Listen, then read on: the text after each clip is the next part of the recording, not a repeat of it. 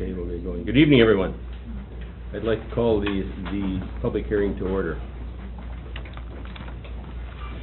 This public hearing has been convened pursuant to Section 890 of the Local Government Act in order to consider the Official Community Plan Amendment Bylaw 2573, 2014-3 to delete Policy 8.3.7, quotations, "The city will not supply water for snowmaking," end of quote, from Schedule G of the Official Community Plan. At this public hearing, any person present who believes that their interest in property is affected by the proposed bylaw shall be given an opportunity to be heard on the matters contained in the proposed bylaw. However, it is important that all who speak at this meeting restrict their remarks to matters contained in the bylaw, and it's my responsibility as chair of this meeting to ensure that all remarks are so restricted. Those of you who wish to speak concerning this proposed bylaw should, at the appropriate time, commence your address to the council by clearly stating your name and address. Then you may give us the benefits of your views concerning the proposed bylaw. Members of council may, if they so wish, ask questions of you following your presentation. However, the main function of council members this evening is to listen to the views of the public. It is not the function of council at this public hearing to debate the merits of the proposed bylaw with individual citizens. Everyone who deems their interest in property to be affected shall be given the opportunity to be heard at this meeting. No one will be or should feel discouraged or prevented from making their views known. After this public hearing has concluded, the council may, without further notification, give whatever effect council believes proper to the representations made at this meeting. During the course of a public hearing, people sometimes tend to become too enthusiastic or emotional. Regardless of whether you favor or oppose any particular application or argument, please refrain from applause or other expressions of emotion. Restraint enables others whose views may or may not coincide with your own to exercise their right to express their views. It enables all views to be expressed, to be heard in as impartial a forum as possible. I will ask Ms. Hanya-Nuevo how we advertise. Your Worship, the notice was published in the July 31st and August 7th, 2014 editions of the Rossland News, and posted on the City Bulletin Board and website since July 17th. The city has not received any written submissions regarding this application. Thank you very much.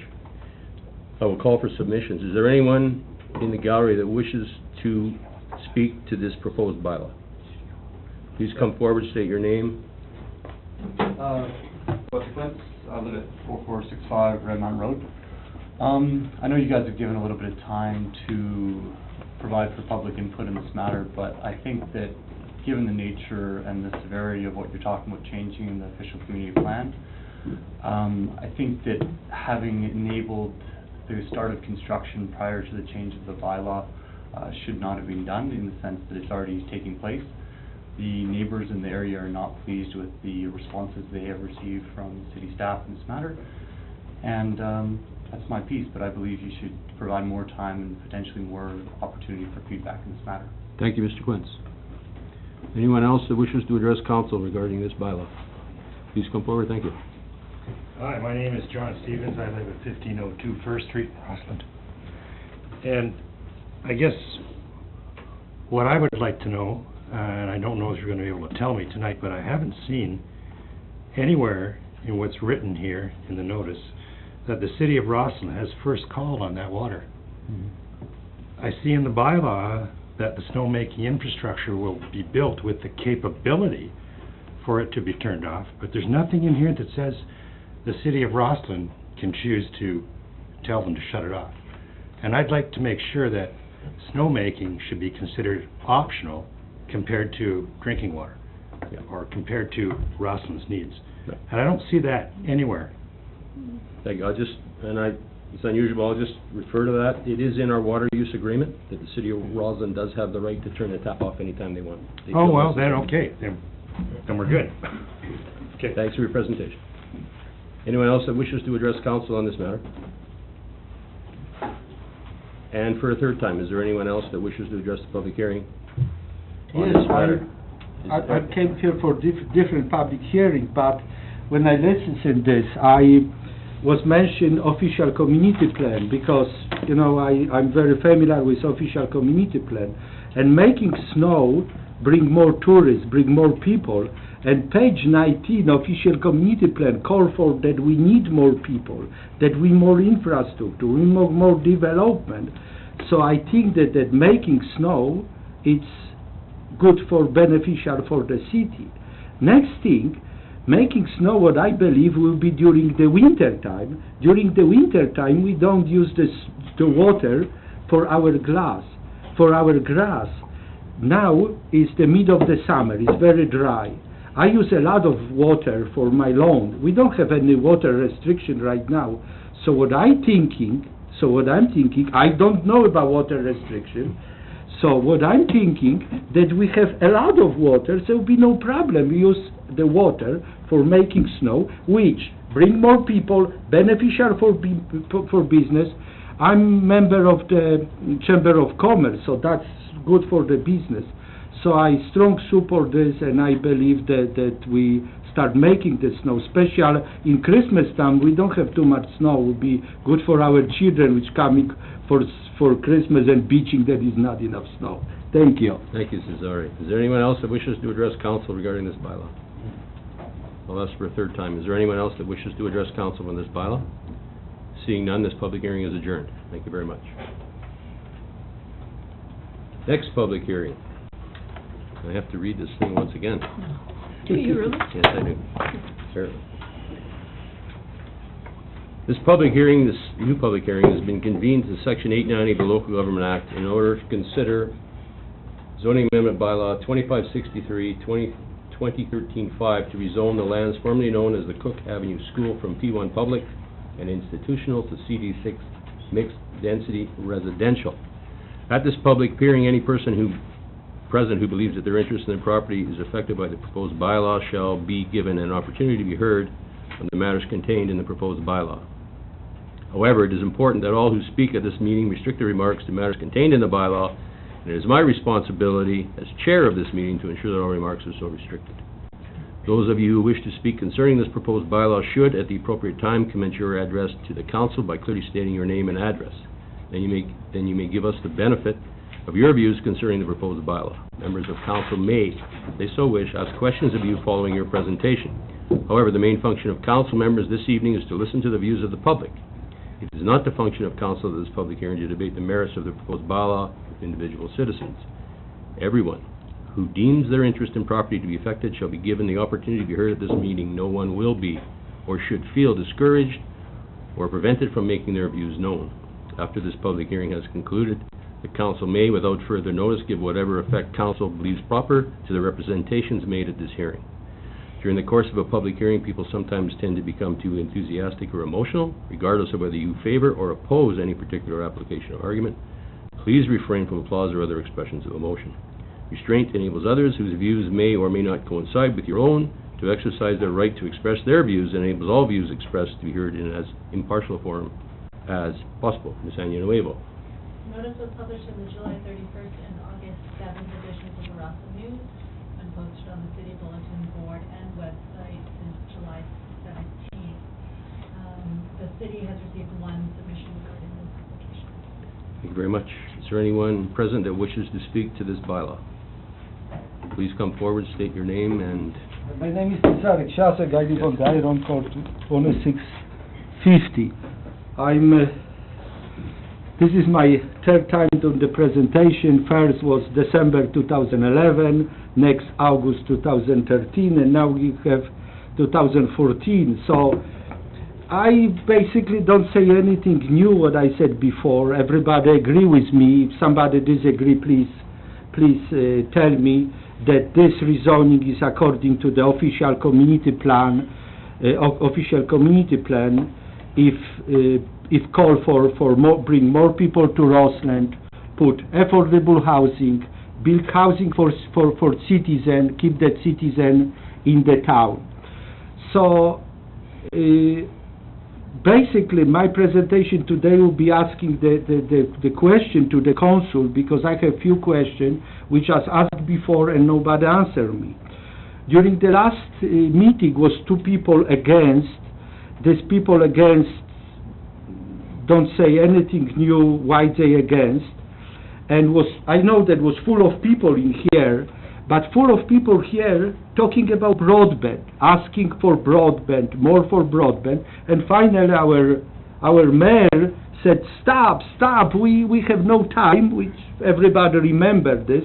That was big presentation about broadband.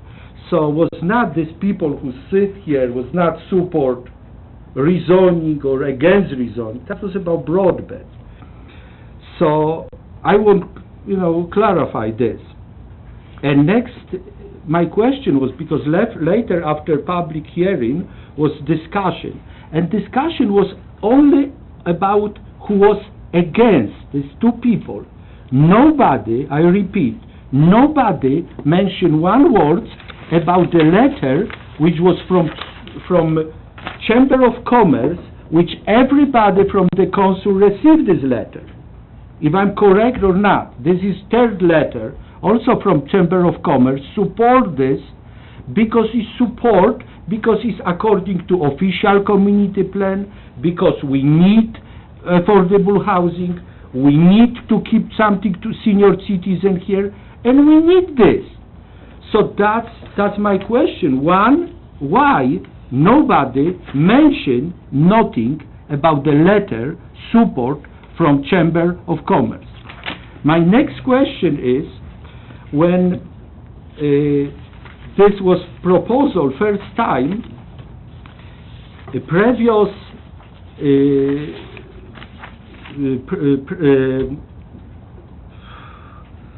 there was first proposal was this study how traffic building this 50 or 60 more people bringing to Rossland, how this traffic would be terrible for this two cook school.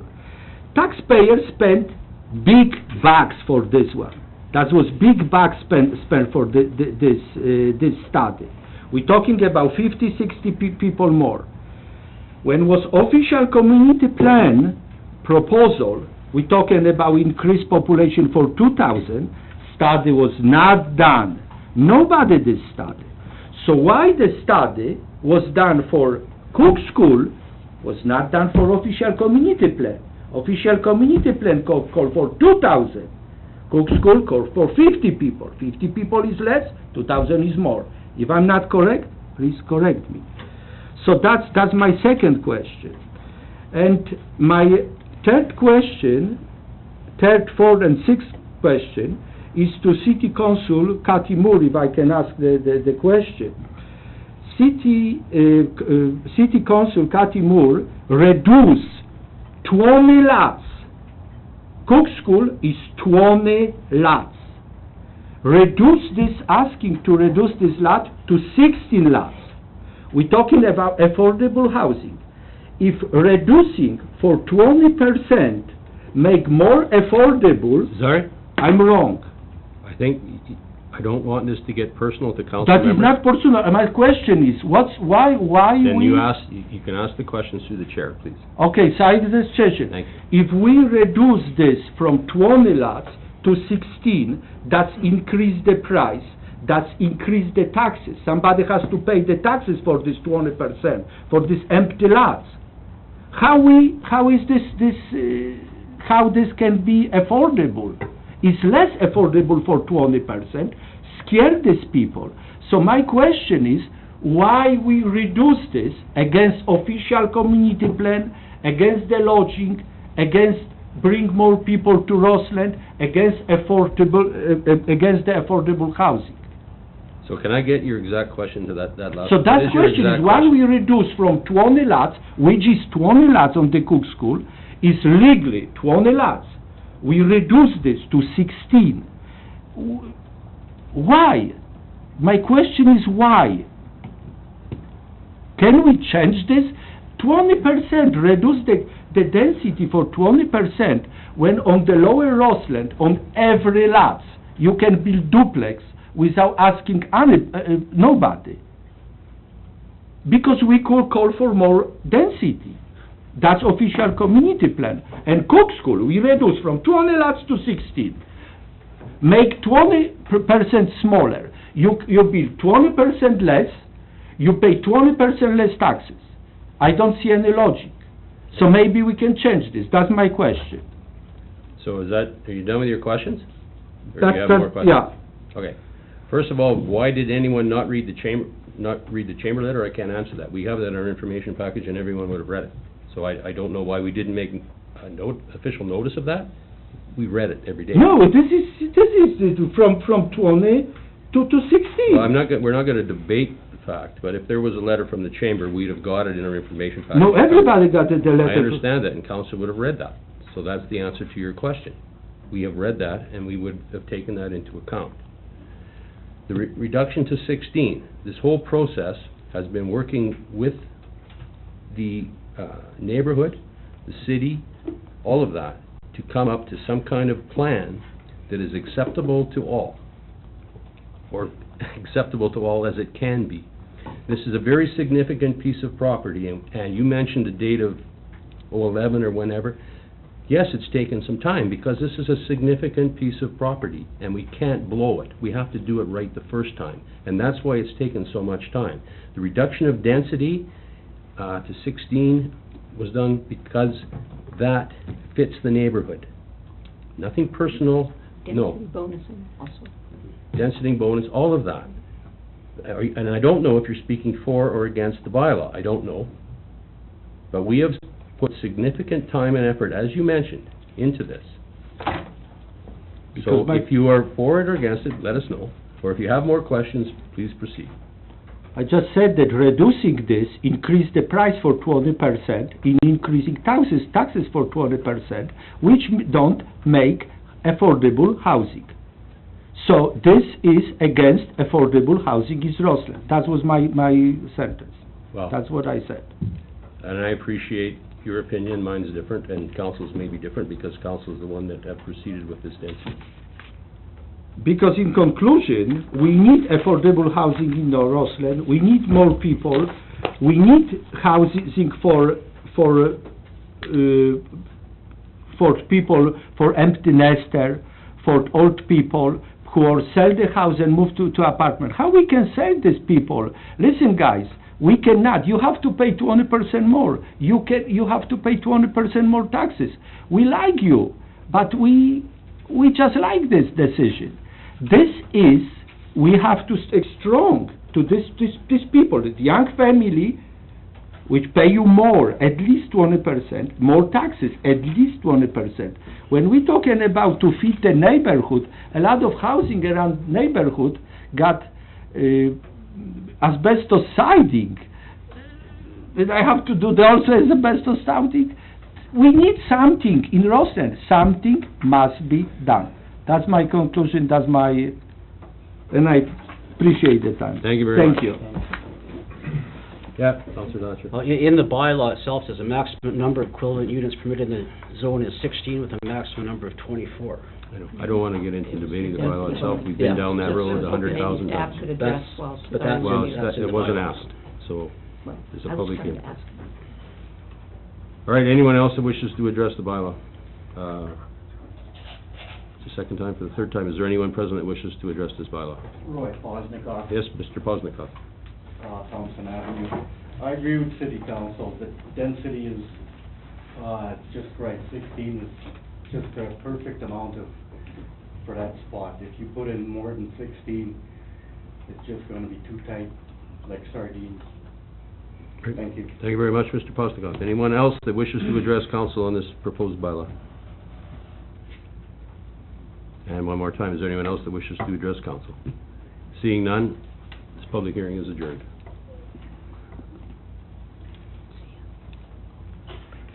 Regular meeting called to order. First item is public input period. Sorry? Is there anyone in the gallery that wishes to address council with a matter of urgent interest or whatever? Please come forward, state your name, and you have 2 minutes of our time. I'll ask again, is anyone present wishes to address public input period? Yeah. Please. Butch Schmitz, 4465 Red Mountain Road. I'd just like to ensure that, in matters pertaining to a board member who supervises a staff person, that counselor not be able to vote or participate in discussions of that matter, as I feel that since he decides her remuneration in her job, she should not be included in this discussion. Thank you. Thank you, and council is very aware of conflict of interest guidelines. We are schooled on that, and we appreciate your concerns. Thank you. Yeah. Anyone else that wishes to address council in public input period? Seeing none. Moving right along, motion to adopt the agenda. Moved by Councillor Moore, seconded by Thatcher. Discussion on the agenda. Seeing none. All in favor? Opposed? Carried. Adoption of the minutes. That the minutes of the regular meeting of council held on the 14th of 14 be adopted. Moved by Moore, seconded by Blumey. Discussion on the minutes. Seeing none, all in favor? Opposed? It's carried. There are no delegations this evening. There is no unfinished business. Recommendations for staff for decision. Item 7A, report to council, Rossland Property Investment request to be relieved of commitment to provide 2.06 hectares parcel from parkland above the Wagon Road. Staff has made some discussions in the reports to council. Councillor Thatcher. Well, I'd like to make a motion that we have that zoned as a parkland area. Reason being is it's cheaper for all parties. It doesn't have to be surveyed. We have lots of parkland in our area now, in our city now. I should get it seconded. Oh, sorry. Seconded by Councillor Blumey.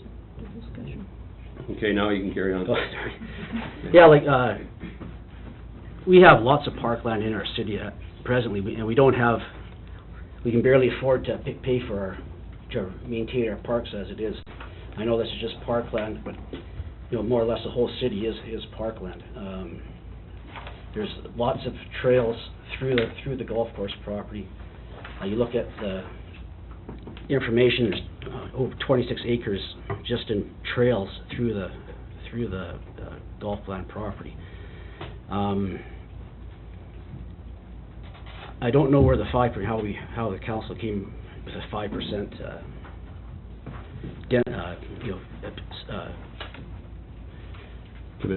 commitment to give 5% to the city for parkland, but that does seem quite a bit, especially for a rural community. I can see for a big suburban area like Vancouver, where parkland is valuable commodity, but in our area, I can't see that 5%, especially in the area that we live in with our area. So, Councillor Blumey. It just seems like a reasonable solution, in that consultant report or guidelines that, we have here. It mentions that 5% parkland dedication that's meant for, more trail access stuff, and I don't know, this situation just didn't seem to quite exactly fit what was being referred to. And so it just seems like more reasonable and natural solution. I think just for clarity, I think the 5% is in the charter. It allows municipalities to take up to 5%. That's just a recommendation. It's an allowance that we are allowed to Yeah. take up to 5%. We don't have to, but that's an allowance. Yeah. Sorry, Councillor Moore. Also, I think that this is the wrong approach for this particular issue. I understand we've got an issue here, but if we want to do away with requesting parkland from various developments, we should do this as an OCP amendment, and if that's what we want to do, then get rid of it that way. But to make an exception for this developer, we have other developers who we request parkland from, and they comply with that, just like they comply with putting in sidewalks or doing any of the other things that are requested of them. So I disagree that this is the approach we should take on this. I think there's a lot of work that the city can do with Redstone for the benefit of the community, and the main thing would be to get the existing trails dedicated over to the city. My understanding is that there's an agreement with Redstone and the Trails Society that it's a 30-day, they can cancel it 30 days. Well, we've got some really significant trails that are to benefit to the entire community, and those should be dedicated to the city as right-of-way or however it's done. So I wanted to actually refer this whole thing back to staff and work at it that way and I don't think it's appropriate to do what we're talking about here with parkland, because we're not doing that for other developers, and it is an ROCP. It's not an arbitrary 5%. The best practices thing that was mentioned was good, but if you look at the authors of that, they are all big city people. And that, you know, it's best practice guide for parkland in big urban environments. It's not really a good fit for us, you know. I think there's a lot of different ways we could go at it. So I would actually prefer to refer this to staff to get our, so I'll make a motion to refer to, get staff to work with Redstone to dedicate those other trails first, and then we can talk about maybe making some changes, you know, to the... Well, we need a seconder for that. Motion to refer. Seeing none. Wait a minute, Councillor Blooming was considering. Well, I think, So, okay, if I second it, then we don't get to talk about it anymore? Is that's that- right. There's no discussion. Because I also have a discussion, so, We can still discuss the main motion and do it again if you wish. But Or the we motion could- to refer, if it's seconded, it's a vote. There's no Okay, well, I could discussion. hold off on my motion to refer. We can That have a would be little great. more discussion, and then we can talk We about it. can discuss on this motion. Okay. I agree totally, so we're discussing the main motion now, and it's my turn because I'm an attorney. I agree totally that we need to do more work on park dedication, because we don't really have a plan on what we want as park and how much parkland we need. I agree with that totally. In this one-off instance, though, I think that if we were to rezone the land, then we would guarantee that parkland is there, potentially there, until someone came back with a rezone application. So I think this would solve a couple things, and certainly would open, as you state, open the council of the day to revisit this and actually look at parkland and see what we require from the city, in the city. I mean, as Councillor Thatcher stated, we're surrounded by wilderness, and do we really need to dedicate, you know, hillsides as parkland? Do we really need to do that? And we need to discuss that as a council and as a city. But I really do believe that in this particular instance, we could make an amendment to the zoning that would solve a couple issues while the city proceeds with that OCP inquiries or amendments or whatever. Yeah? So if we did that, if we did a parkland zoning there, that would then take that parcel out of the total area that Redstone is required to give the 5% when they go in for subdivision, right? It just takes it out.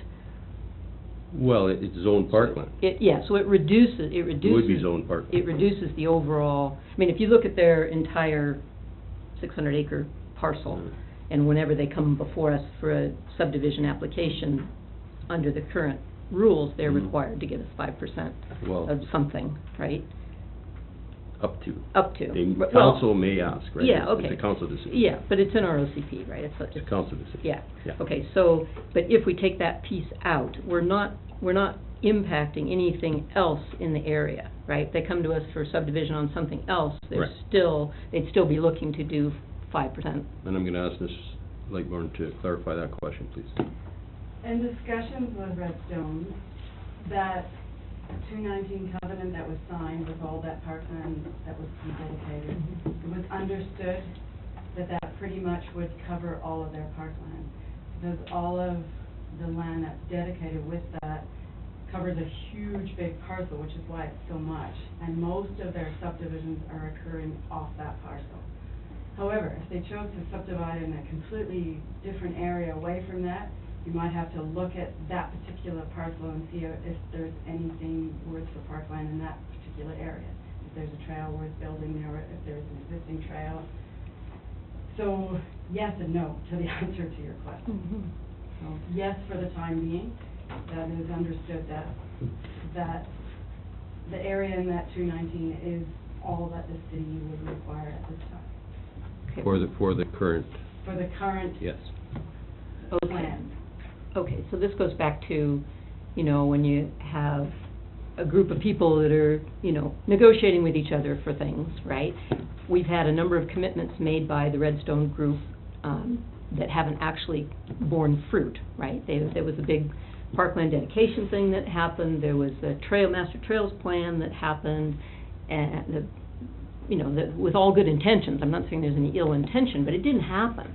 So one of the things I'm thinking about is, we should perhaps make this parkland zoning contingent on getting those trails actually dedicated to the city, the ones that exist already, you know.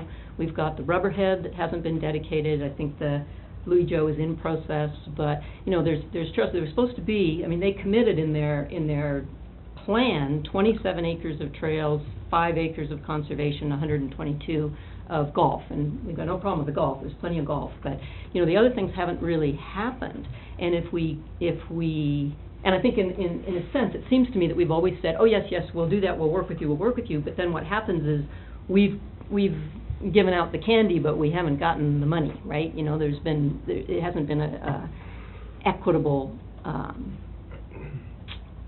transfer of rights, right? We're giving the subdivision, but we're not getting the dedication of the trails actually done. The agreement's there, but let's get it done. Because if you've got 30 days where you can say, okay, I no longer want to, you know, uphold this agreement, then we're out the trails. And we've already lost portions of the trails down there. The Rubberhead used to connect to the bottom of the Esling Road, and that was a significant piece of trail for people who enjoy those trails, and just to preserve those. One of the things that Redstone had committed to doing was do linkages in the subdivision so people wouldn't need to be walking on the roads, right, along with sidewalks that they were supposed to do so they wouldn't be walking on the roads. Well, when they came and asked us not to require sidewalks, we agreed with that. So, you know, where are we going here? I think we just need to get something back, and at this point I'd say the most important thing to get back is the dedication of those existing trails to protect them in perpetuity for the citizens of Rossland. Okay, and thank you. And I think what we would be doing by this motion, I think that motion probably, Councillor, should include, because if we downzone, right, the property owner has the option of saying you owe us money because you downzone. So I think in the motion that staff presented, we would ask that Redstone not ask for compensation if we downzone to parkland, right? So I think that should be included in the motion. Do you know what I mean? Yeah. We just can't downzone and then have the developer come back and say, well, you owe me because you downzoned, right? So I think that should be included in the motion, and for the seconder, is that all right? Yes. Okay, so... Could I make an amendment? You can Could I always make an amendment. offer amendment? That it looks like what we're doing here is number 3 of the options, right? That includes the release and consent for a claim of waiver of compensation. But I'd like to add to that further that Redstone complete the dedication of the existing trails. I would suggest that it should be outside of this motion, and I would entertain another motion if this one passes. And we can make that motion separate from this.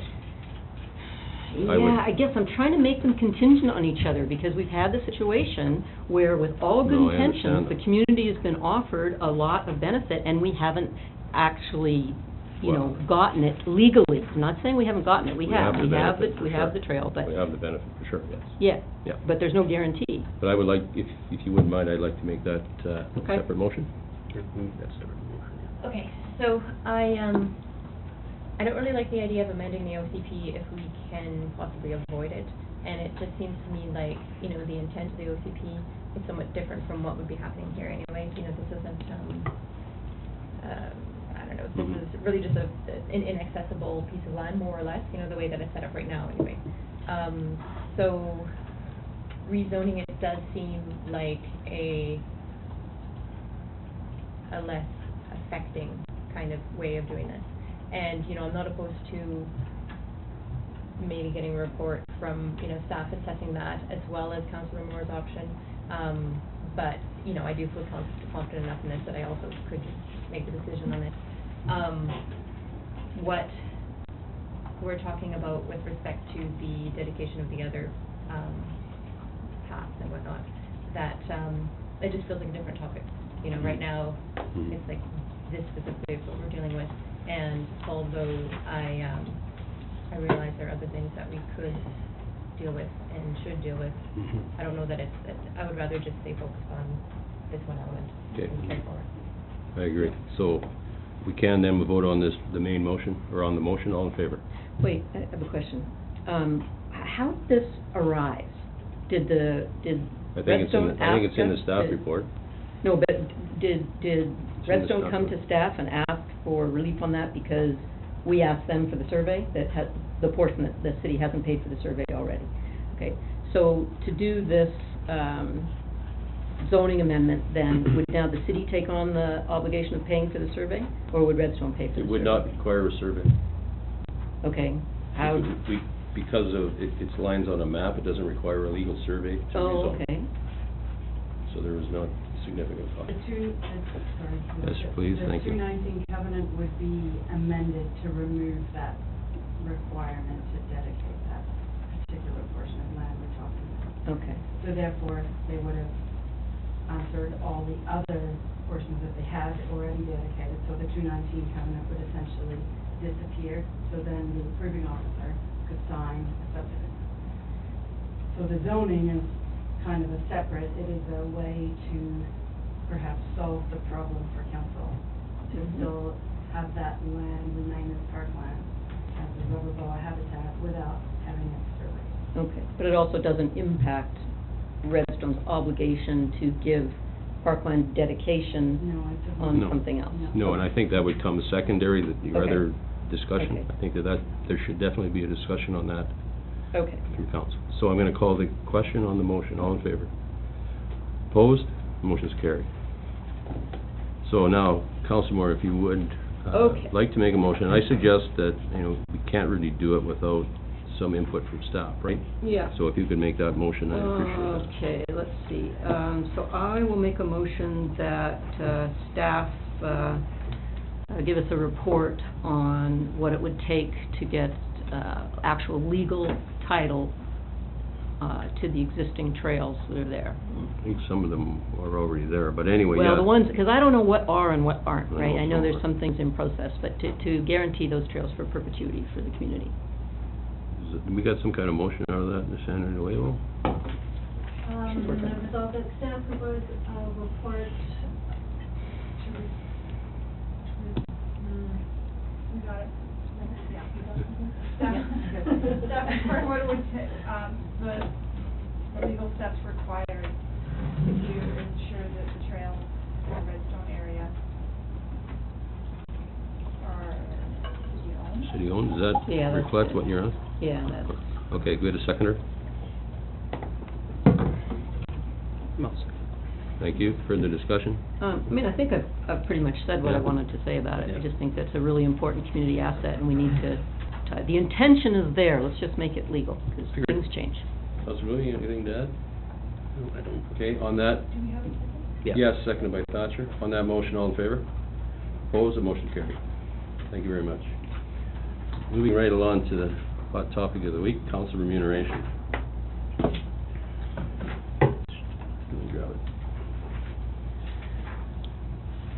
Is there a motion that staff draft a new council remuneration bylaw to include a 25% increase in remuneration for the year 2015, followed by 10% for each year, 16, 17, and 18? Is there a mover to that? I'd like to make a different motion. Your worship, we're just going to... Oh, sorry, yeah, just sorry.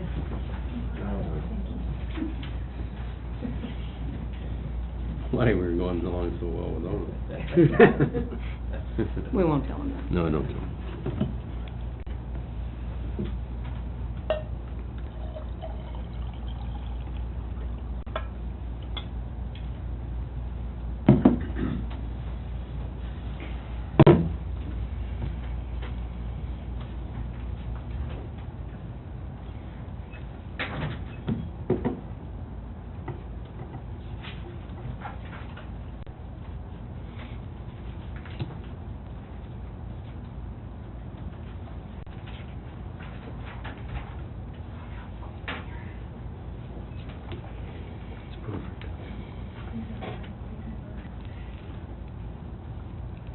Where'd he go? Coming. Yeah, I know, but we're gonna make another motion. Oh, wait. Thanks very much. So, just, sorry, Councilor Fisher, we just jumped the gun a little bit before you were asked back, but anyway, Started to talk about that. the staff, Page 16. our council package asked for a motion regarding the community, council remuneration bylaw, to draft a new bylaw for 2015. There, I did not have a mover to that. staff recommendation? I know, but he might want to move it. Councillor Blumey. You move, okay, moved by Councillor Blumey that a council remuneration bylaw to include 25% increase in remuneration for the year 2015, followed by 10% increase for each year 16 and 17 and 18. That's your motion? Yeah. Yep, seconder? Seeing none? I'll second for discussion. I don't. Seconded by Councillor Moore. Want to hear what Councillor Blumey has to say about it. I think that it's really unfortunate that we are on the bottom of the list as far as remuneration for doing this job, and I want to encourage a new round of people to run, and I think that they shouldn't have to have such expensive opportunity costs in taking this position, or to be thinking that as they enter the position, I think we should encourage more people to run. I really do. Seconder.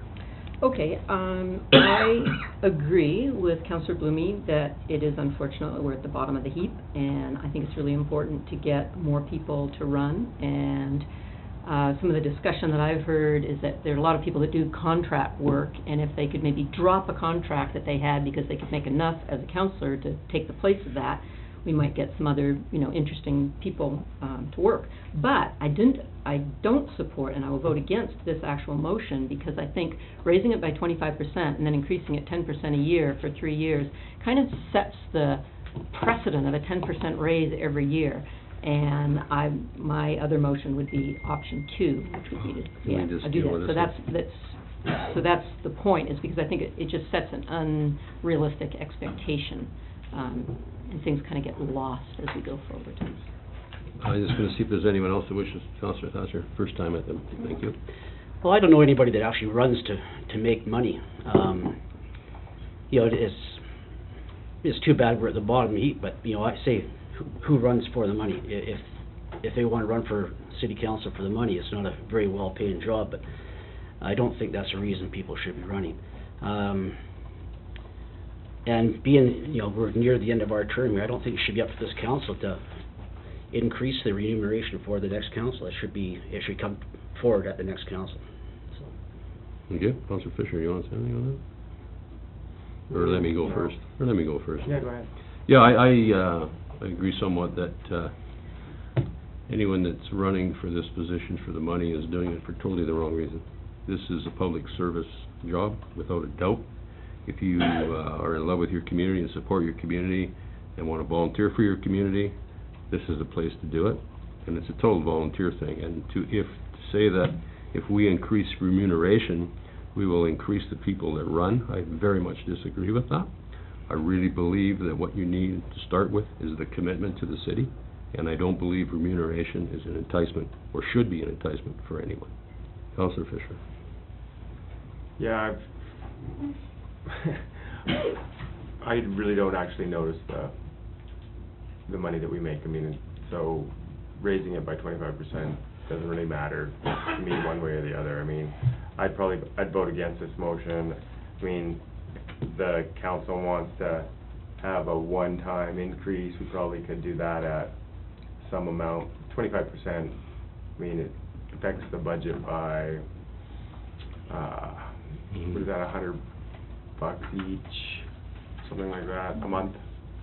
That's 600 plus the mayor.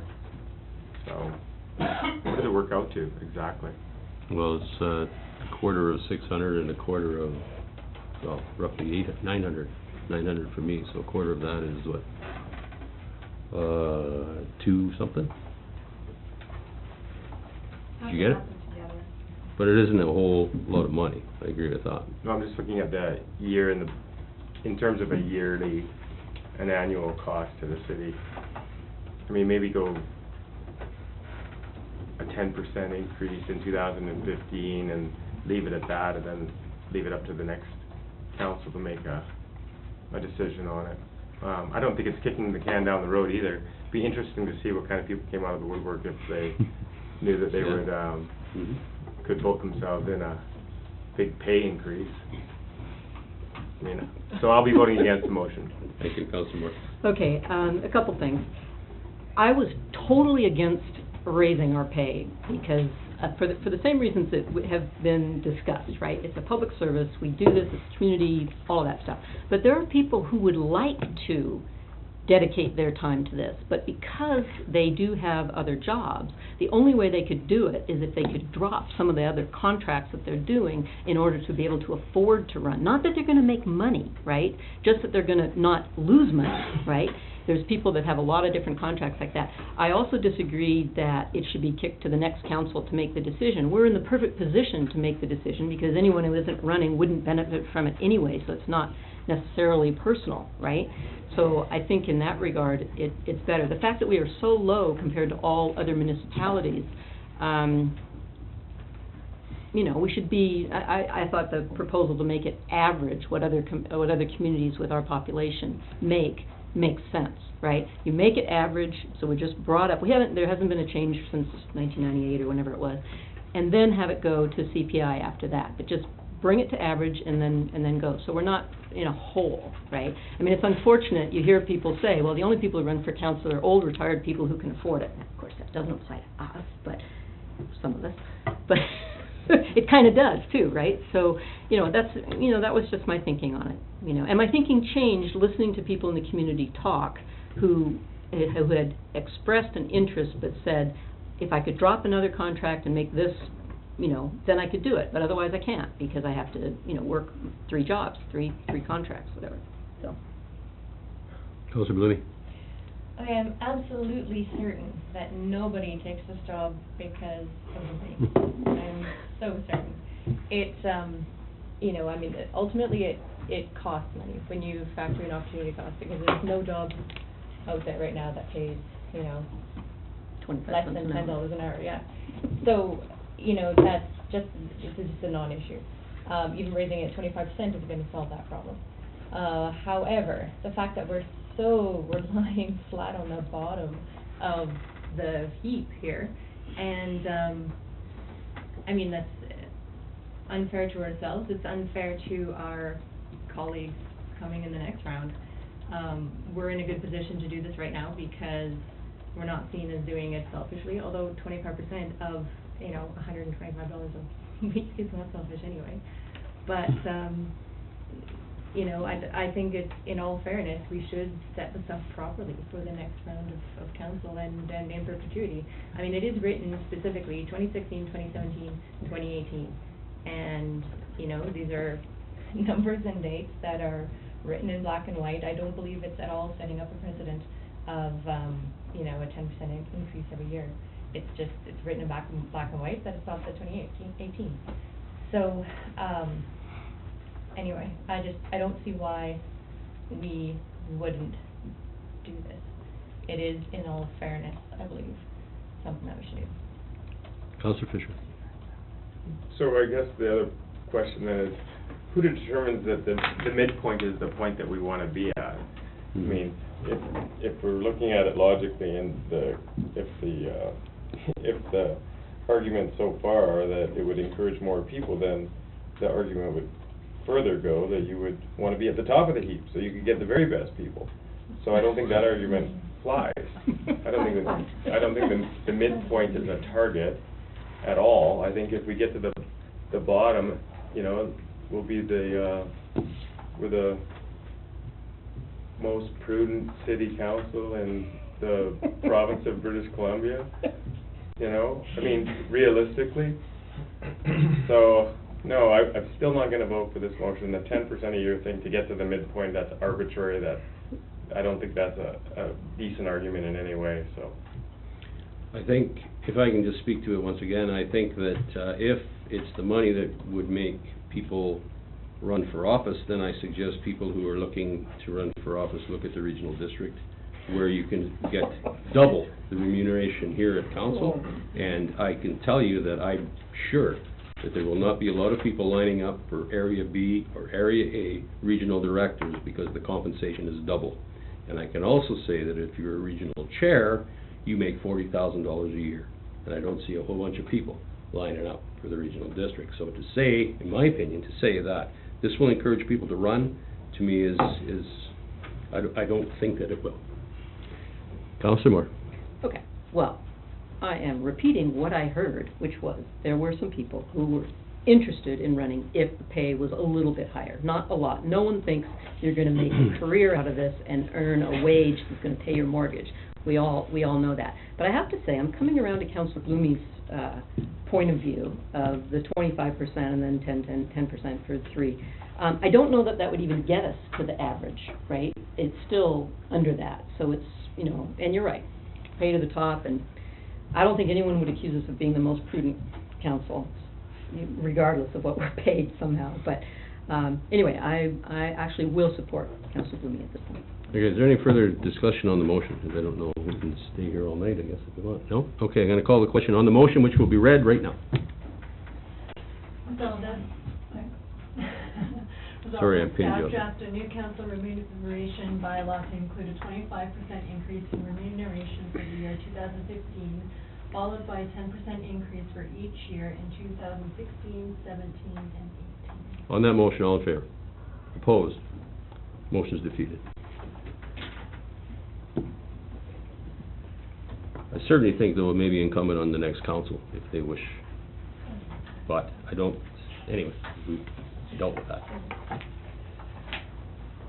C, is there a motion that council award the water and sewer rate analysis contract to DFA Infrastructure International, DFA and BMA Management Consulting, Inc. in the amount of $30,000 plus GST? Is there a mover to that? Moved by Moore, seconded by Thatcher. Discussion. Yeah, I had a couple of things here, let me just look real quick. Okay, so I noticed that the RFP mentioned the snowmaking and considerations there. The response from the consultant did not, but I'm assuming that they're well covered in there.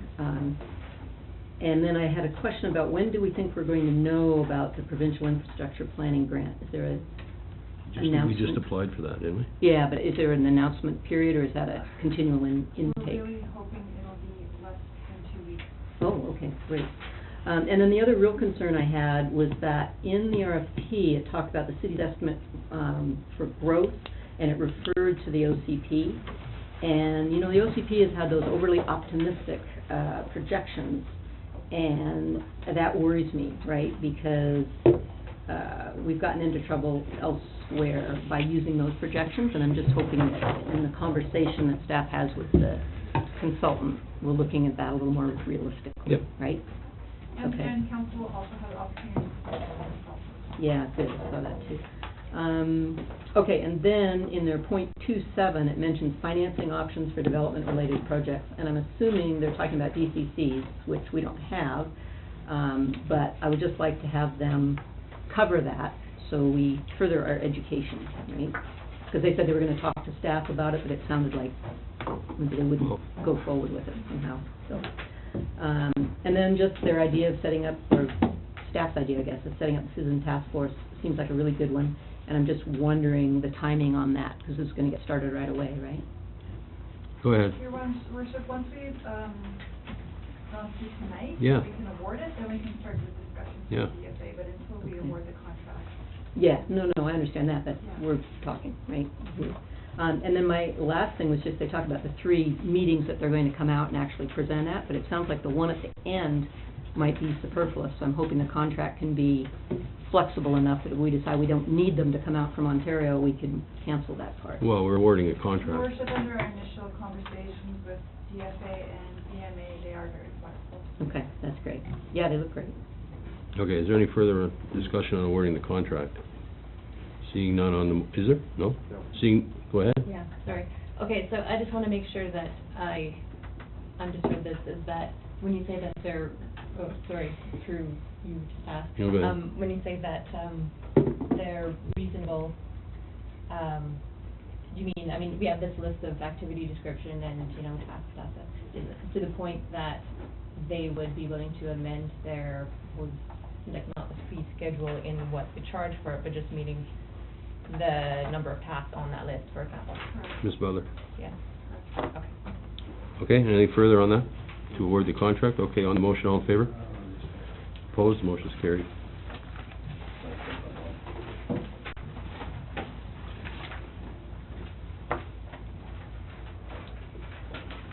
Water line at 1990 Columbia Avenue.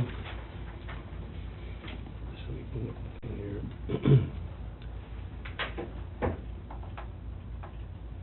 Is there a motion that council approve the Sourdough Alley Holdings Corporation's request to cut into the new pavement on Washington Street to install the new 6-inch water line, and further that the water line be installed to AMCD standards and be overseen by city staff? Is there a mover to that? Second. Moved by Moore, seconded by Fisher. Discussion, Moore. Yeah, I think this is great. I'm just a little concerned that they're having to do this to comply with our sprinkler regulations. This seems kind of intense, right? Our sprinkler regulations exceed provincial norms, and, I mean, I'm in favor of them doing it, but I just think I'm still concerned about those more stringent rules if it's really necessary. We had asked staff about that. I think our building inspector was going to get back to us with some input on that, so I'm hoping that will happen. Yeah, and then we've looked at that, and well, it says in the staff report a minimum of 4 inches required, right? But if we want to loop that line to Spokane Street, No, don't want to do that. I know that, but in the future, Yeah. if we did, Mm-hmm. then a 4-inch would be a waste of time, because we'd have to go back, so we put a 6. Mm-hmm. Okay. Counselor Fisher. That's good. Counselor. I was just curious, through you to Yeah. the manager of operations, how far do they have to cut into Washington Street? Almost a center line. Almost the center line to those valves that are out there right now? That's right. Okay. And the cold patch should be, It'll it'd be a- visible, but it'd be, It'd be a cold seam. Yeah, it'll still be a cold seam. yeah, so it's, you know, the cold seams are they more prone to, you know, potholes that could go Yes. faster, and so, okay. Yep, there's no doubt. There's, you know, because you do have a cold joint there that eventually will fail before the other mat will. But done right, you know, it's fairly close to the same age as, you know, as. Right, it's not like it's old asphalt and, right. Any further discussion? On the motion, all in favor? Opposed, the motion is carried.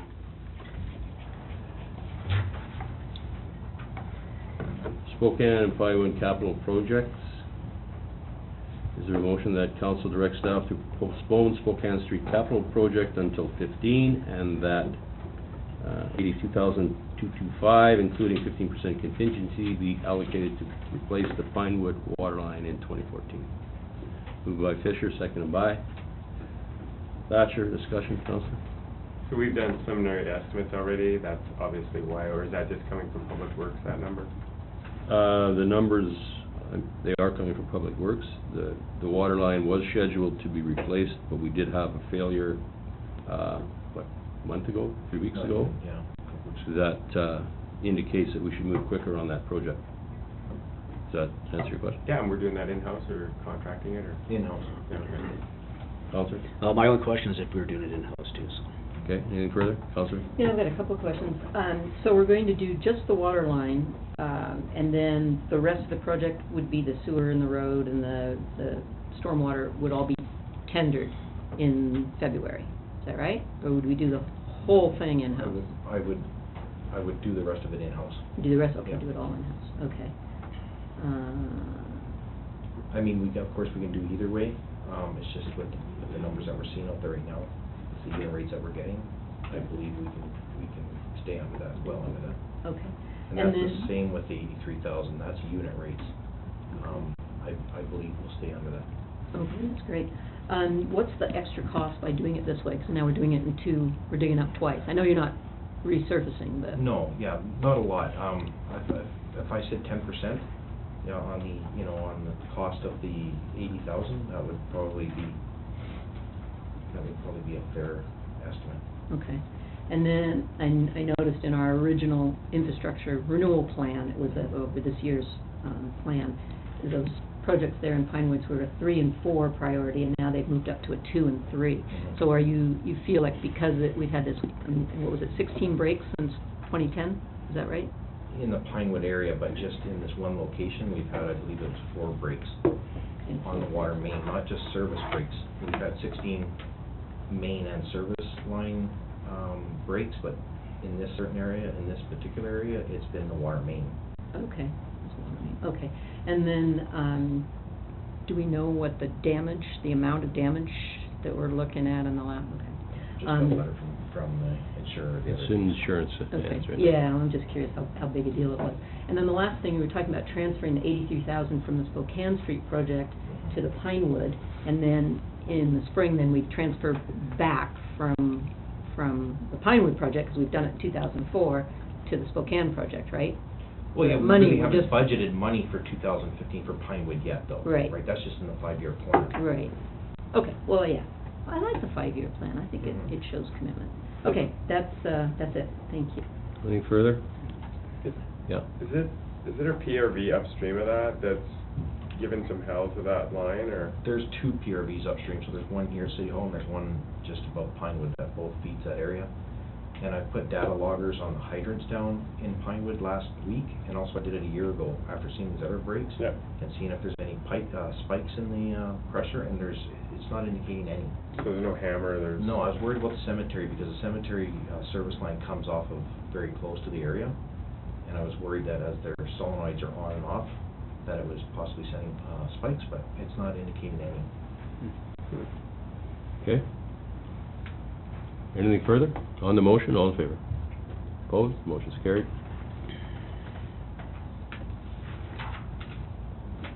Information items, a motion to, oh, sorry. Queen Street capital.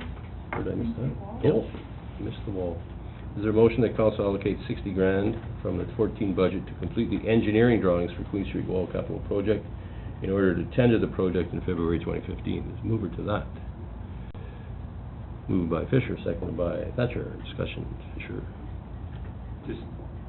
It's been on the project list forever, and it's getting to be time.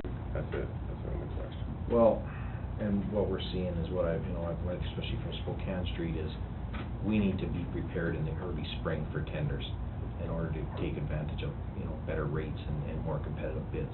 If we're bidding in May, June, most contractors have already got their work set out for that year, so they're just throwing out numbers just to, in hopes that they get it.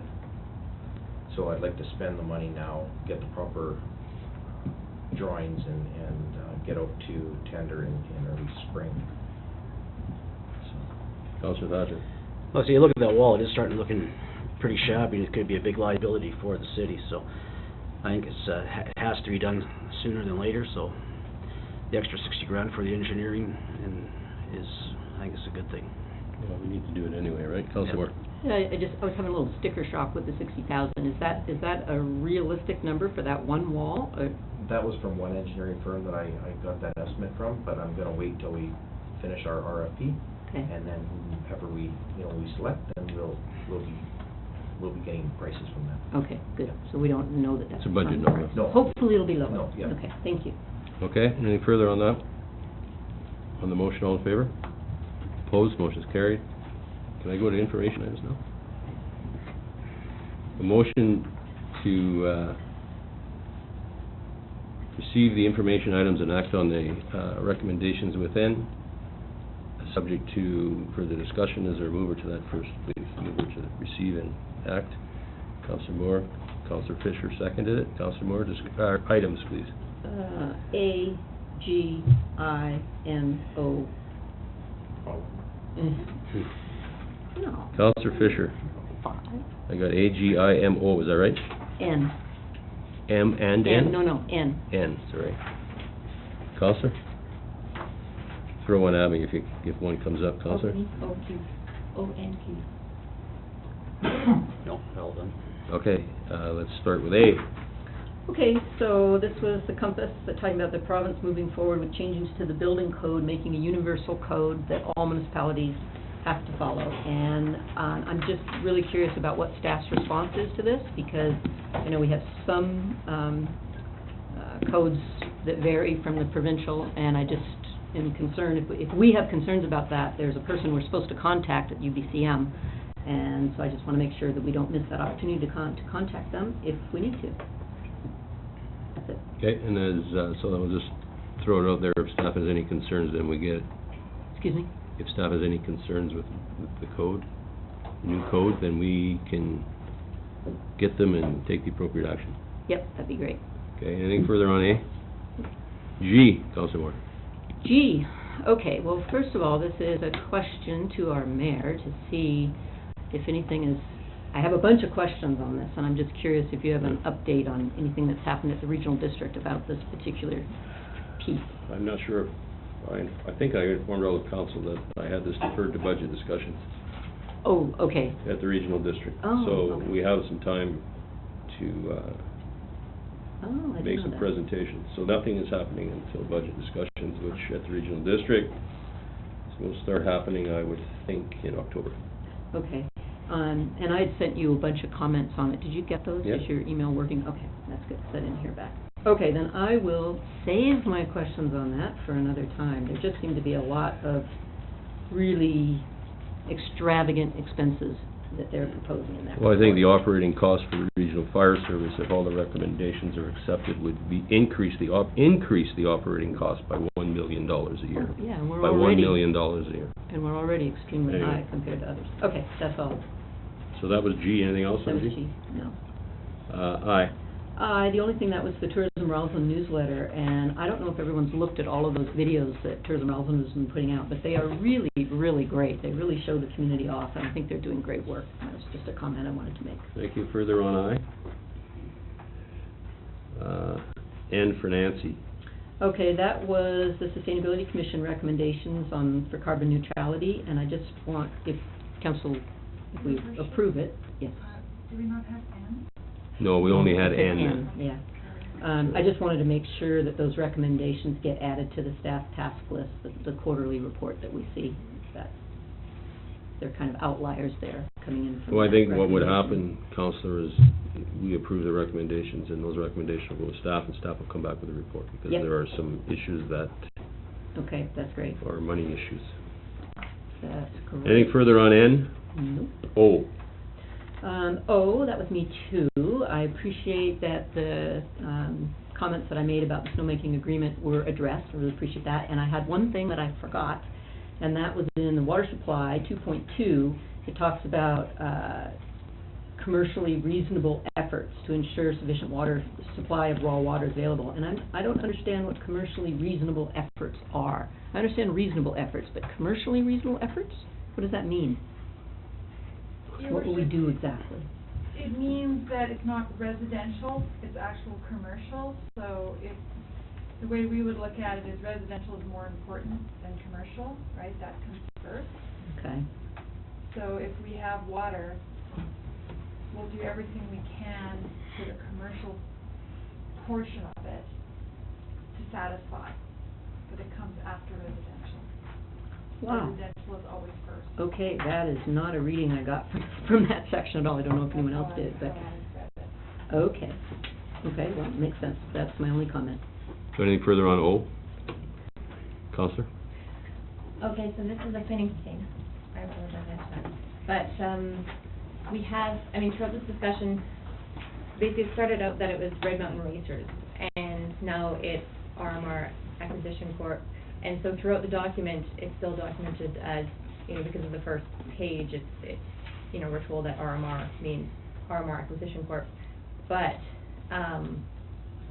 just because up until now, more or less, we've been talking about RMR Red Mountain Racers, I would feel a lot more comfortable if we made that obvious throughout the document, because if ever anybody were to, you know, focus on one page and not actually see or not focus on the first page or the last page, then it wouldn't be really clear. And I think that it is actually a notable difference that, and, I mean, there's two entirely different entities and entirely different things. So, anyway, if that's Well, I just possible. turn that over to Ms. Butler. RMR AQ or something Your like that. Worship, we can make that amendment, but just, I mean, when you read an agreement, you read an agreement in a whole, and it is explicit in the agreement that it is RMR, Red Mountain. I mean, it takes nothing of this, but it makes another probably full page of agreement. It is explicit in the agreement. Yeah. You know, I mean, I think it's an important difference, but, at the same time, I mean, you know, it's the will of council. If I'm the only one that sees that as an important thing, I get that. So, Okay. do I need to do anything official about that? I don't see anyone, Not No, I don't think it's substantive. Okay. Okay, so that was O. Anything further on O? Moving right along, Q. And Q is Heritage Commission. Who had Q? Wasn't me. Your worship, it's the Rossland Public Library Association. Oh, that was me. Oh, that's R, isn't it? Yeah. I wrote down said Q. Q and I meant R. Well, then let me stop Okay. Q, because I think it's, in the Heritage Commission, minutes, they're discussing the signage for Pioneer Park, and I just want to, reiterate that they would like to be part of the discussions to redo the signage, and I just think that we will just let them know that we will, you getting all this? We will involve them in the new replacing the signage for Pioneer Park, so just, okay? San Nuevo, you get all that? Thank you. R, Public Library Association draft. That's me. Yep. So, reading through this agreement, it really kind of struck home, just how much responsibility the Library Association has on that building. You know, a bunch of time we discussed, you know, the value of the library and how much it costs, and it is an expensive thing. It's about $126,000 a year to us. And, you know, I think, well, when we discuss this at budget time, we don't actually quite get into the details of everything that they do and are responsible for, with respect to that city property. So I'm just pointing it out as it's actually beyond what I realized. Okay, anything further on R? I just had a question through the staff. Did they have a previous 5-year contract, or is this, yeah, okay. Okay. Anything more? Okay, on the motion, all in favor? Opposed, motion carried.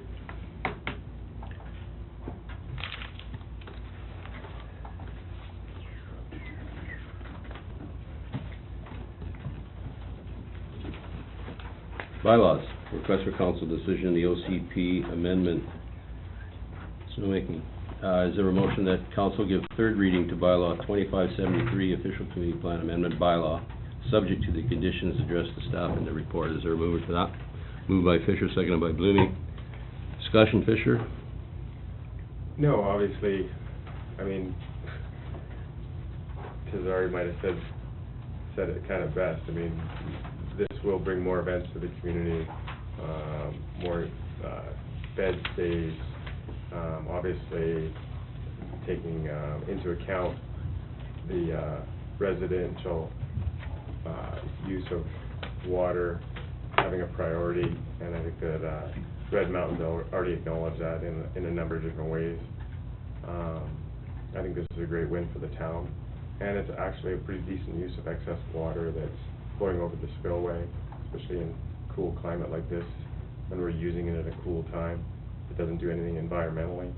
If you were pulling water out of a creek like that in the summertime, you might warm the water, but I don't really see a downside at all, and I think it's time we move forward with this.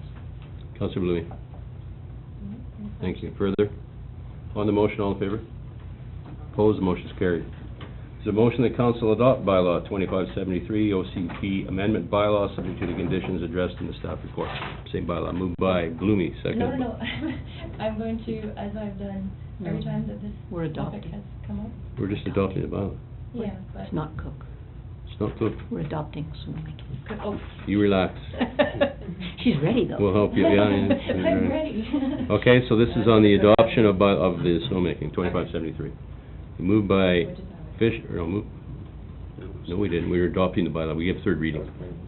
Oh, okay. He doesn't. Moved by Moore, seconded by Fisher. Discussion. Seeing none on the adoption, all in favor? Carried. Thank you. Now you may write us a note. Okay. So,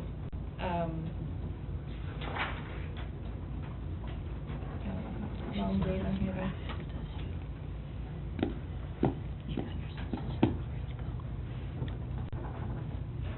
You don't have to write a book. Okay, I'm gonna hand that.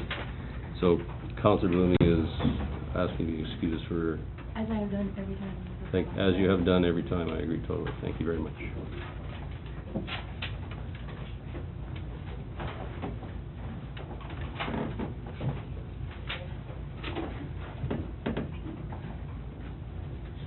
Request for council decision,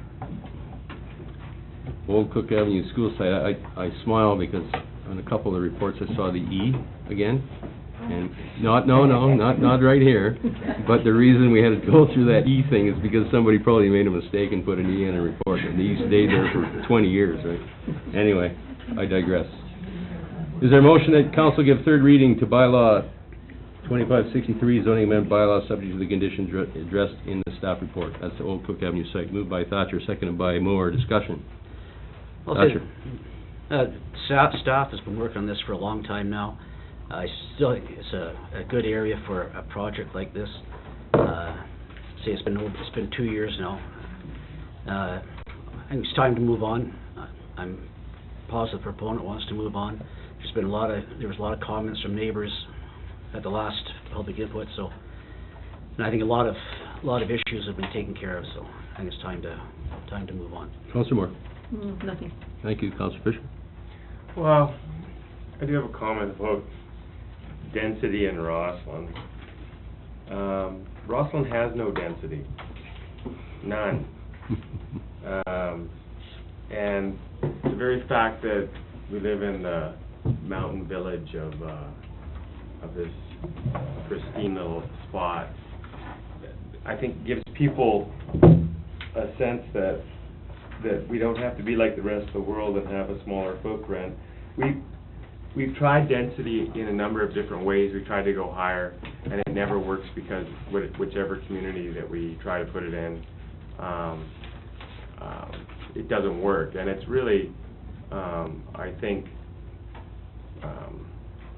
horrible actually that the community doesn't support higher density housing that could be more affordable in terms of the footprint and the cost of construction. I think that the OCP supported it, so everybody supported it in multiple rounds of discussions, and when it was in a conceptual phase, but once it got to somebody's subdivision, there's no way that they would support it. And I think that, I guess we have to have a different look, because really that we're not really in line with our own OCP. When we take units and reduce the size in an area that's supposed to have higher density, which just doesn't sit well with me. There's a lack of community leadership on this, and I think that I see that the council decision is a reflection of pressure from the public, and I disagree with it. I'm going to vote in favor of it, obviously, because I think that we need more developments in town. I mean, let's think about it for a second. We call it the Cook Avenue school site. It's a school site because they shut down the school, and then they tore down the building, and they put a covenant on it, I believe, that you can never build another school there. And now we have the McLean school closure, and the RSS closure, and all of our kids are going down the hill. We have people pounding on tables and making a big statement about that, and yet we don't want density in the city of Rossland. That is utterly ridiculous. And I think that you kind of reap what you sow. We either want more people here, or we want to get smaller. And you reap what you sow, and in the long run, I wish the proponent all the luck in the world of moving his units, but this town needs more density, it needs more affordable housing, and it needs more people so we can actually build some schools and keep our kids in town. And really, shame on us in a big way. Cook Avenue school site, put that in the paper. Further discussion? On the motion, all in favor? Opposed? The motion is carried. Is there a motion that council adopt bylaw 2573, zoning amendment bylaw subject to the conditions addressed in the staff report? Moved by Thatcher, seconded by Moore. Discussion, all in favor? Opposed? Motion is carried. Members' reports as soon as Ms. Blumey returns. And you can, yes.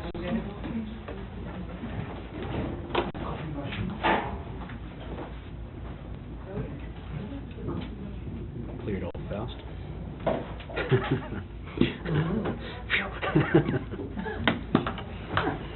Except for Laura. Here for the cookout. No, they were, I know what they're here for. Okay, welcome back, Cotter. Members' reports. I'll start with Councilor Moore. What? What's wrong with that? Okay, I went to the LCCDT meeting on July 17th. There was a BC Hydro rep there who had a long discussion about the dredging of the Groman Narrows and flood control issues that could be either encouraged or discouraged, depending on what they do farther down the Columbia. So it's kind of an interesting project. Also, just to let you know, the Tourism Committee is working on new signage for the area out on Highway 3 with a play and stay theme, and they're working with our museum on the concept. And the Community Development Funds, you know, the CBT money, the $200,000 that's there, they're working on their stakeholder engagement process, and they intend to start accepting grant application submissions in the first quarter. I had a question from our July 11th information package. Selena Robinson, the opposition critic for local government and sport, wanted to know how our AGLG experience was, and I'm wondering, did anyone respond to her? I spoke with her at length. Did you? And I will be Okay. speaking with her again at the UBC. Okay, and what did you say? I said how wonderful the experience was. I doubt you did, somehow. Why would I not say that? Well, I'm just curious, because it was addressed to mayor and council, and we never crafted a response as council, so I'm No, just... I spoke as mayor. Okay. Okay, also wanted to report that the AGLG action plan that we put together, and that then there was the committee struck to refine that a little bit with the timeline and responsibility and incorporate the other recommendations that they had made. So I met with Tracy and Lois, Ms. Butler and Ms. Hunter, and the action plan has been sort of flushed out a bit, and I'm assuming it'll show up in an upcoming agenda for council's approval. Nothing very dramatic, mostly dates attached to it, right? Is that not in the information package? Sorry. Oh, I don't No? think so. Okay. Haven't seen it. Your worship, we're including it with the Okay. task list. Okay, We'll oh, put good. it together. Okay, and when is that coming out? Okay, so, and that, also the financial plan, actual, budget to actual thing? Trying to get that done. Okay, that's great, that was one of my other questions. Okay, then, the Coins for Change program, I'm personally gonna make a donation, if anybody, do you remember that? That came to, the gal came and spoke to us about it, they were doing, it's a poverty reduction thing, if anyone wants to spend the night under the bridge on Oh. September 12th, that thing. If anyone wants to spend the night under the bridge, I'm happy to coordinate, I won't be here. Also. You won't be here. No, I won't, that's what I said. Well, I thought you and I under the bridge would be a neat thing, wouldn't It would be fun. Should I put you down for going? I don't know. If you're not Okay. gonna be here, I don't know. Okay. Anyway, I would, if anyone does want to contribute, I can collect a check and take it to them, because I'll be doing that. And then, just wanted to say, I don't know if anyone or everyone has seen the Naughty Knickers, the risque, frisky show of the Follies, but it's a really great show this year, and they're doing it again on Sunday. And it was a sellout, and it was really great, so. But it's also really good to see the regular Follies first, because they do a play on it. And that's it. Thank you, Councilor Fisher. No. Councilor Lucas. Okay, so there is a quick article in Municipal World, February 2014, that I just happened to be reading within the past week. And, you know, around budget time, we've talked about doing volunteer appreciation and incorporating that with something else maybe, or just doing standalone. We've also lightly talked about staff appreciation and setting aside a certain amount of funds for that. So I guess this is an article that, let's see if I covered the name, Recognizing the True Cost of Recognition. And basically, I mean, it's just a small little set of numbers here, but there was a, Wharton School of Business did a study, and participants who were thanked were 66% more likely to do additional work, and 55% were more likely to help a different person with a different request than those who received no words of thanks. Essentially, thanking someone for a task gave them a pay-it-forward attitude and allowed them to feel socially valued. So, I mean, I think this is, you know, we can all anecdotally support this kind of dynamic anyway. But it did remind me that 2 years ago, we had $1,000 in the budget for volunteer appreciation, we didn't do anything with it, and so it ended up not going in the budget this year. But anyway, I guess this reminded me that, and helped to substantiate the argument that we probably should bring it back again, to revisit in the coming budget discussions. And so just to put the feelers out there and That's a head, that was a heads up to, staff, and, I'll bring it up Could again. get the article be in the there. info package. yeah, you Well, should- yes, that's it. I was also going to say that I would pass it on to the info. but we already get that. Yeah, but you might not have read. Okay. I might not have, you're right. Anything else? You good? No. Counselor? Museum, they've posted the museum manager's position to replace Joyce. Posting closes on the 29th, and hoping to have a new manager in place by the end of September. I think there's a, oh no, pass on that one, I'm not sure of the date. There's a couple more events happening at the museum. August 13th is, do you know where the wild things are? There's gonna be some speakers up there, and there'll be hot dogs and all those goodies that'll be available. And on September 4th, at 7 o'clock, Dan Worrell's gonna be a guest speaker. His talk's gonna be on gold, a treasure for today. I was wondering, is Selkirk Security still up at Oprah Creek? No, it's Darren, yeah. They haven't been for the last week. As soon as the weather got a little bit cooler there last weekend, and the activity had started to go down, because we got daily reports. We called it off, and I've been going out there in the evening, during the busy time when there's nobody out there right now, so we were gonna look at it this week and decide maybe next week for another day or two here and there, just to spot check, but the activity really dropped off. Was there any other problem? We received that one report. Was there any other problems? Oh, yeah, there's a couple, but there's also a lot of positive comments too of, it's a great thing that we're not allowing people to swim in there. And so Yeah. I think the positives outweigh the negatives. And I can send all those reports, if anybody wants to spend the time looking at them to see. No, I was just curious what was happening up there, if there'd been any, no, that's all I have. Okay, so that kind of leads into one of my items that I'll go back to. I'll start at the bottom, work to the top. The LCI, Lower Columbia Initiatives, East End Services, is having a meeting on August 19th, it's East End Services Committee, August 19th, to have a final discussion on the Lower Columbia Initiatives Corporation, LCCDT. I don't know that council's minds have changed, but I don't think that, I won't ask for discussion on that right now, but I just want you to know that we will be discussing that on the 19th. And that, after that, would go to budget. Of course, the contract for the LCI runs out at the end of December, so there's a little bit of wiggle room there with perhaps an incoming new regional directors. Golden City Days Parade, who's in? Okay. I'm driving a golf cart, so I'm already there.